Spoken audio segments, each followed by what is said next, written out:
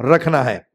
اب اس کے بعد کہتے ہیں پہلا تشہد جو بیٹھتے ہیں ہم, تشہد اول جس کو کہتے ہیں, تو اس میں یہی ہے کہ نمازی اپنے داہنے پیر کو کھڑا رکھے گا, اس کی انگلیاں قبلہ رخ ہوں گی, بائیں پیر کو بچھائے گا, اس پر بیٹھے گا اور اپنے بائیں ہاتھ کو ران پر یا گھٹنے پر رکھے گا. اب یہاں دیکھیں دونوں جگہ رکھنا ہے آپ کو, ران پہ بھی رکھ سکتے ہیں, گھٹنے, ایک آدمی ہے چاہے گھٹنے پر رکھے چاہے ران پہ رکھے, دونوں جگہ اس کے لیے جائز ہے. البتہ جب وہ انگلیوں سے اشارہ کر رہا ہے تو وہ چاہے ران پر رکھ کے اشارہ کرے چاہے گھٹنے پر رکھ کے اشارہ کرے, دونوں جگہ اس کے لیے جائز ہے. تو کہتے ہیں کہ ران پر یا گھٹنے پر رکھے اور اپنے ہاتھ کی چھوٹی انگلی اور اس کے بغل والی انگلی کو پکڑ کے ملائے, یہ انگوٹھا اور یہ انگلی, یہ والا, ٹھیک ہے, یہ بیچ والی انگلی ملائے, انگوٹھا اور بیچ والی انگلی کو ملائے گا وہ, ٹھیک ہے, اور انگوٹھے اور بیچ کی انگلی سے حلقہ بنائے, جب ملایا آپ نے تو حلقہ بن گیا نا, یہ حلقہ بنائے گا ایسے, اور کہتے ہیں شہادت کی انگلی سے اشارہ کرے گا, تو یہ تین انگلی یہ بالکل ایسے جائے گی آپ کی, حلقہ بن گیا, اور ایسے رکھ کر کے آپ اپنے ہاتھ کی انگلیوں سے اشارہ کریں گے, ٹھیک ہے. اور بعض لوگوں نے کہا یہ صرف دعا کے وقت حرکت کرے گا. اس کی ابتدا کب ہوگی؟ جیسے آپ نے سجدے سے, آپ دونوں سجدے سے اٹھے اور اٹھ گئے آپ, تو کب سے انگلی ہلانا شروع کریں گے آپ, کب سے ابتدا ہوگی اس کی؟ بعض لوگ جیسے اٹھتے ہیں ویسے ہاتھ باندھ کے فوراً ہلانا شروع کر دیتے ہیں, اور بعض لوگ بڑی تیزی کے ساتھ ہلاتے ہیں, اور بعض لوگ آرام سے ہلاتے ہیں, بعض لوگ کھڑا رکھتے ہیں صرف. تو جو شروع والے الفاظ ہیں التحیات للہ والصلوات والطیبات, یہ دعا یہ اللہ رب العالمین کی تعریف میں ہے, تو جہاں تک اللہ کی تعریف وہاں آپ کو نہیں ہلانا ہے, جہاں سے دعائیہ کلمات شروع ہوتے ہیں وہاں سے آپ کو انگلی حرکت کرنی ہے یا انگلی کو اٹھانا ہے.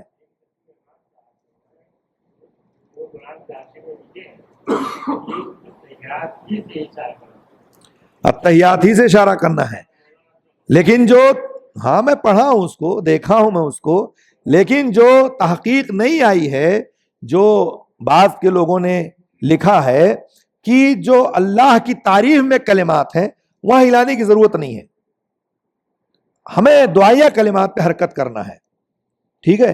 تو دعائیہ کلمات جہاں سے شروع ہو وہاں سے اٹھائیں.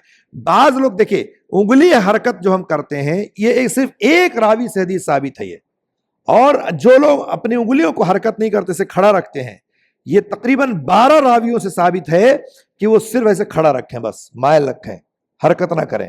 لیکن وہ حدیث جس میں حرکت والی ہے کہ اگر آپ حرکت کرتے تو شیطان کو چوٹ پہنچتی ہے, مار پڑتی ہے, جیسے کہ کہتے ہیں کہ آپ ہتھوڑی مار رہے ہوتے ہیں. اچھا, ہتھوڑی مارنے کا مطلب ہی نہیں کہ مار کھٹ کھٹ کھٹ کھٹ کھٹ مارتے رہیں آپ حرکت جیسے آپ مثلا مکہ گئے, آپ حجر اسود کو کنکری مارتے, ہاں کیا نام ہے, جمرات میں کنکری مارتے ہیں, تو کنکری مارتے تو کیا مطلب ہے؟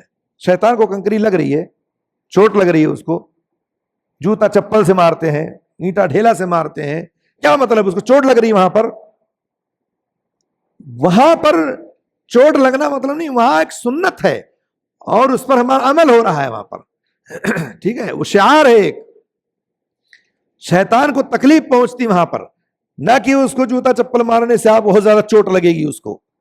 یہ حرکت دینے کا مطلب ہے کہ سنت ہے, اللہ کے رسول کی بتائے ہوئی سنت پر عمل کرنا, چنا کے برابر ہونا چاہیے. تو اس طرح سے آپ اپنی انگلی کو حرکت کریں یہاں تک کہ آپ سلام نہ پھیر دیں, سلام پھیرنے کے وقت آپ کو پھر بند کر دینا ہے.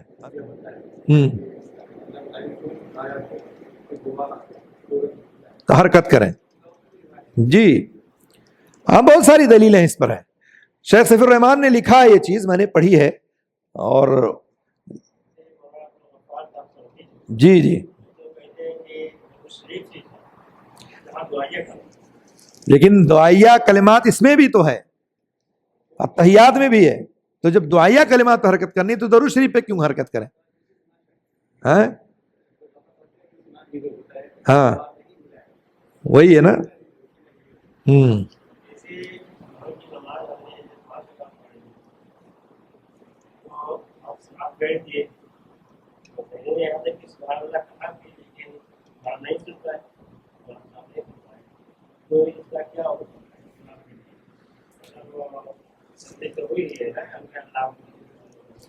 دیکھیں اس میں دو چیزیں جان لیں ہمیشہ آپ.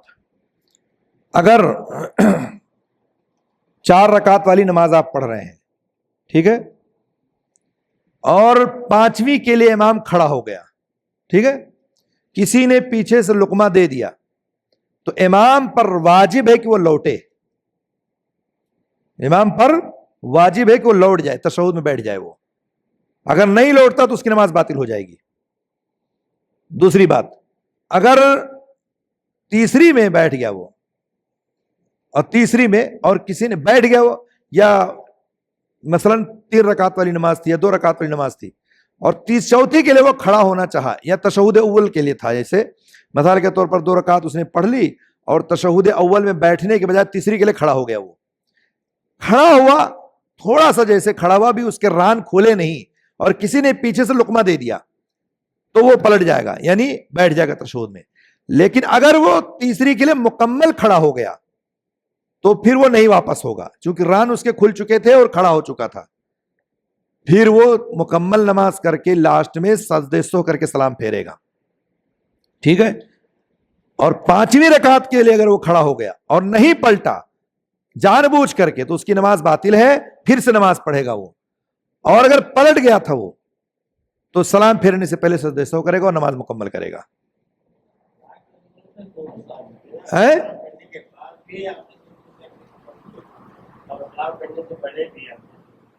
ہاں، اب رہی بات یہ کہ سجدے سو سلام کرنے سے پہلے پھیرے گا یا بعد میں پھیرے گا، دونوں باتیں آپ کی آگے آئے گا کہ سجدے سو کب کرے گا وہ، ٹھیک ہے. سلام پھیرنے سے پہلے کب ہے اور سلام پھیرنے کے بعد کب ہے، وہ دونوں باتیں انشاءاللہ اگلے سوالات میں آئیں گے. لیکن اگر صرف ہمیشہ کوئی اگر سلام پھیرنے سے پہلے ہی کر لے تب بھی ہو جائے گی اس کی نماز. چونکہ سلام پھیرنے کے بعد والے سجدے سو میں بہت تشویش ہے اور بہت سارے لوگ اٹھ کے جا چکے ہوتے ہیں، نکل چکے ہوتے ہیں، اور بہت سارے لوگوں کی رکعت جو چھوٹی ہوئی ہوتی ہے اس میں ڈسٹرب ہو جاتے ہیں. اس لیے سلام پھیرنے سے پہلے اگر کوئی کر لے تب بھی جائز و درست ہے، اس میں کوئی حرج کی بات نہیں ہے. بہرحال 5 منٹ اور باقی ہے. تو کیا پہلے تشہد میں نبی کریم صلی اللہ علیہ وسلم سے درود پڑھنا مشروع ہے؟ پہلے تشہد میں، تشہد اول میں. تو کہتے ہیں کہ تشہد اول میں اللہ کے رسول صلی اللہ علیہ وسلم پر درود پڑھنے کے بعد بارے میں بہت سارے علماء قائل ہیں، اور جمہور علماء کے ہاں مستحب نہ ہونے کو اختیار، وہ کہتے ہیں نہیں پڑھ سکتے جمہور علماء. لیکن بہت سارے علماء کہتے ہیں کہ تشہد اول میں بھی التحیات کے بعد درود ابراہیمی پڑھ سکتے ہیں. اور صاحب کتاب کہتے ہیں کہ میرے نزدیک بھی یہی بہتر ہے. رہی بات مسبوق کی، یعنی پیچھے رہ جانے والے کی، ایک آدمی ہے جس کی رکعت چھوٹی ہوئی، 1 رکعت 2 رکعت، تو وہ تشہد کو پورا کرے گا اور دعا کرے گا یہاں تک کہ امام سلام پھیر دے، اس پر کوئی حرج کی بات نہیں ہے. مان لیجیے ایک آدمی آیا، اس کی 1 رکعت چھوٹی ہوئی ہے یا 2 رکعت، اور آ کے شامل ہوا، تو ظاہر سی بات ہے امام تشہد اخیر میں بیٹھا ہوا ہے. اب وہ کیا کرے؟ وہ صرف التحیات پڑھ کے بیٹھا رہے، یا تحیات پڑھنے کے بعد درود بھی پڑھ لے، یا درود کے بعد دعائیں بھی پڑھ لے؟ کیا کرے گا وہ؟ تو کہتے ہیں کہ وہ تشہد پورا پڑھے گا اور دعائیں بھی پڑھے گا، خاموشی اختیار نہیں کرے گا، چونکہ نماز میں سکوت نہیں ہے کہیں سوائے امام کے پیچھے جو سورتیں پڑھی جاتی اس کے علاوہ. مان لیجیے ایک امام ہے، مثلا آپ ظہر کی نماز پڑھ رہے ہیں، امام نے تھوڑی لمبی سورت پڑھ دی اور آپ نے سورہ فاتحہ پڑھ لیا اور اس کے بعد آپ نے سورہ القاریہ پڑھ لیا. امام صاحب رکوع نہیں جا رہے ہیں تو کیا کریں گے؟ آپ کھڑے رہیں گے، آپ دوسری سورت پڑھیں، آپ تیسری سورت پڑھیں، آپ چوتھی سورت پڑھیں، جب تک امام رکوع میں نہ چلا جائے آپ سورت پڑھتے رہیں. سکوت نہیں، کیا خاموشی کے ساتھ کھڑے رہیں آپ نماز میں. اور ایسا بہت ہوتا ہے کہ مان لیجیے امام صاحب آئے اور ظہر میں جو ہے سورہ نبا پڑھنے لگے،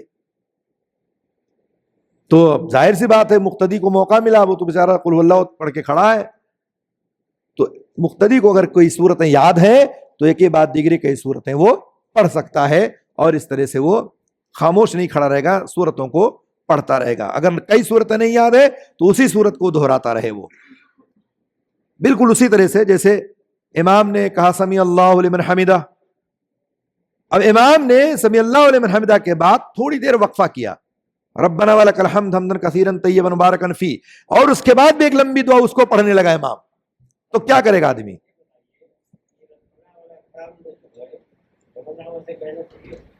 آپ بھی بتاتا ہوں. تو کہتے ہیں کہ وہ امام نے تھوڑی لمبا کیا تو پیچھے جو مقتدی ہے وہ کیا کرے؟ وہ خاموش کھڑا رہے. وہاں بھی وہ اسی کو لک الحمد ولک الحمد دہراتا رہے گا، وہ ربنا ولک الحمد، خاموش نہیں رہنا اس کو، وہ اللہ کی تعریف کرتا رہے گا، اگرچہ اس کی دعا بڑی یاد نہیں ہے. ٹھیک ہے. اب رہی بات ہے کہ امام کے پیچھے مقتدی بلند آواز سے کہے یا نہ کہے، تو کبھی کبھار کہہ لینا چاہیے. جیسے کہ حدیث ہے نا کہ اللہ کے رسول نے کہا، ایک نے کہا ربنا ولک الحمد، تو فرشتوں کی 30 فرشتے اللہ کے رسول نے کہا کہ آگے بڑھے لکھنے کے لیے. تو اللہ کے رسول نے کہا کہ کس نے کہا؟ تو صحابی نے کہا میں نے کہا. تو اللہ کے رسول نے فضیلت بیان کی اس کی. تو گویا کہ اگر کبھی کوئی کہہ لیتا ہے تو کوئی حرج کی بات نہیں ہے، کہہ لینا چاہیے. میں پچھلے سفر میں 2 سال پہلے جب آیا تھا تو مسجد محمدیہ میں میرا خطبہ جمعہ تھا، اور اس سے پہلے مغرب کی نماز میں حاضر تھا. مجھے مغرب کی نماز پڑھانی تھی، پڑھائی میں نے، درس بھی دیا. تو دیکھا پیچھے جو بچے ہیں تقریباً 50 بچے کھڑے ہیں، اتنی بلند آواز سے ربنا ولک الحمد حمدا کثیرا طیبا مبارکا فی پڑھی. تو مجھے بڑا عجیب لگا. پھر میں نے نماز کے بعد سلام پھیر کے میں نے تنبیہ کی، میں نے کہا یہ درست نہیں ہے کہ آپ اتنے بلند سے اتنے تیز آواز میں آپ ربنا ولک الحمد کہیں. پھر بھی مجھے تسلی نہیں ہوئی، تو میں نے اپنے استاد کو فون کیا ہے، ان سے جا کے پوچھا بھی میں نے کہ کیا یہ جائز ہے کہ کوئی اتنا بلند آواز سے پوری مسجد گونج اٹھے جیسے آمین کہتے ہیں لوگ پڑھ سکتا ہے؟ تو انہوں نے کہا نہیں، اس کا مطلب یہ نہیں کہ اتنا بلند آواز سے کہے کہ پوری مسجد گونج جائے. وہ کہی جائے گی، آہستہ کہی جائے گی، اور بہت بلند آواز سے نہیں کہے، اور کبھی کبھار اس پر کوئی عمل کر لینا کہ پوری مسجد کو سر پہ اٹھا لیا جائے. تو اس لیے بہت تیز نہیں کہنا چاہیے، بہت بلند آواز سے نہیں کہنا، کبھی کبھار آپ کہہ لیں الگ چیز ہے.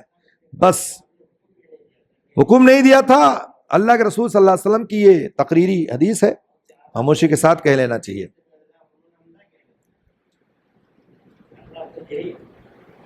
بالکل بہت تیز نہیں کہنی چاہیے، اس سے خاموش رہنا چاہیے.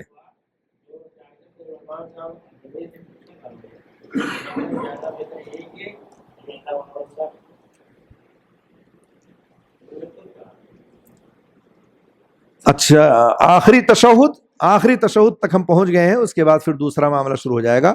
آخری تشہد میں دعائیں وہی ہیں جو آپ ہم اور پڑھتے ہیں، التحیات للہ والصلوات والطیبات، اس کے بعد درود ابراہیمی ہے، اور اس کے بعد 4 دعائیں کم سے کم آپ کو پڑھنی ہیں. اللہم انی اعوذ بک من عذاب جہنم ومن عذاب القبر واعوذ بک من فتنۃ المحیا والممات ومن شر من فتنۃ المسیح الدجال. اس کے علاوہ بھی اگر کوئی ملانا چاہے اس میں تو ملا سکتا ہے. مثلا اللہم انی اعوذ بک ان ارد الی الارض العمر، اللہم انی اعوذ بک من الجبن والبخل، یا اسی طرح سے اور کوئی دعا پڑھنا چاہے تو وہ پڑھ سکتا ہے. جیسا کہ میں نے کہا کہ سلام پھیرنے سے پہلے وہ لمبی دعائیں کئی ایک کر سکتا ہے اور پڑھ سکتا ہے. آخری تشہد میں حکم کے اعتبار سے پہلے اور آخری تشہد میں فرق ہے. حکم کے اعتبار سے پہلے تشہد کا کیا حکم ہے؟ کیا حکم ہے؟ واجب ہے پہلا حکم تشہد. اور دوسرا حکم کیا ہے دوسرے تشہد کا؟ یہ رکن ہے. یہ حکم کے اعتبار سے فرق ہے دونوں میں. اگر پہلا تشہد چھوٹ گیا تو سجدے سہو سے پورا ہو جائے گا، لیکن اگر آخری تشہد چھوڑ دیا آپ نے تو باطل ہو جائے گی نماز، کیونکہ وہ رکن ہے. تو حکم کے اعتبار سے تشہد اول کا لفظ جو ہے اس میں بیٹھنا یہ واجب ہے دونوں، اور بھولنے پر سجدے سہو کر لیا جائے گا، پورا ہو جائے گا وہ. لیکن دوسرا تشہد اور اس کا لفظ اور اس کے لیے بیٹھنا یہ رکن ہے، اور اس کے بھولنے پر اس کی بھرپائی سجدے سہو سے نہیں ہوگی، باقاعدہ پھر سے نماز کو ادا کرنا ہوگا، پڑھنا ہوگا. یہ حکم کے اعتبار سے دونوں سجدے سہو میں فرق ہے. اور اس کے بعد سلام پھیرنا ہے. سلام پھیرنے کے بعد بہت ساری مشہور دعائیں ہیں، اذکار ہیں جو جگہ جگہ لگے ہوئے ہیں، پوسٹر رہتے ہیں. اس میں سب سے پہلی دعا ہے جو آپ پڑھتے ہیں، اللہ اکبر، استغفر اللہ استغفر اللہ استغفر اللہ. اس کے بعد اللہم انت السلام ومنک السلام تبارکت یا ذا الجلال والاکرام. اس کے بعد اور دیگر دعائیں جو آپ کو یاد ہے وہ پڑھی جائیں گی، اور اس طرح سے آپ مکمل اذکار پڑھنے کے بعد چاہو تو ہاتھ سے اٹھا کے دعا مانگو، چاہو تو آپ آزاد ہو۔ اذکار پڑھنا بھی ایک سنت ہے۔ بہت سارے بھائی ہمارے اذکار نہیں پڑھتے ہیں اور اس کے بعد کیا کرتے ہیں، فوراً اللہم آمین سلام پڑھے ہوئے نکل گیا، رسمی طور پر ہاتھ اٹھایا اور چلے گئے۔ یا بہت سارے بھائیوں کو آپ نے دیکھا ہوگا، امام نے جیسے سلام پھیرا، اللہ اکبر استغفر اللہ کہو، کھڑے ہو کر کے فوراً سنت پڑھنے لگتے ہیں۔ جیسے سنت یہ 2 رکعت آپ پڑھتے ہیں، ویسے ہی سنت یہ اذکار بھی ہیں۔ ہم ایک سنت کو ترک کر کے دوسرے سنت پر توجہ دے دیتے ہیں۔ تو ضرورت ہے کہ ہم اذکار مکمل پڑھیں، اس کے اپنے بھرپور فائدے ہیں۔ ایک ایک اذکار کا اپنا الگ الگ فائدہ اللہ کے رسول نے بتلایا ہے، چاہے وہ 33 بار سبحان اللہ الحمدللہ اللہ اکبر کہنا ہو، چاہے لا الہ الا اللہ وحدہ لا شریک لہ الملک ولہ الحمد وہو علی کل شیء قدیر ہو، چاہے اس کے علاوہ آیت الکرسی ہو، سب کے اپنے اپنے فائدے ہیں جس کو ہم بڑی آسانی کے ساتھ چھوڑ دیتے ہیں۔ اس سے ہمیں بچنا چاہیے، اذکار پڑھتے رہنا چاہیے۔ اللہ رب العالمین سے دعا ہے اللہ تعالی ہم سب کو نیک بنائے، صالح بنائے اور سنت کے مطابق نماز پڑھنے کی توفیق عطا فرمائے۔ آمین رب العالمین۔ السلام علیکم ورحمۃ اللہ وبرکاتہ۔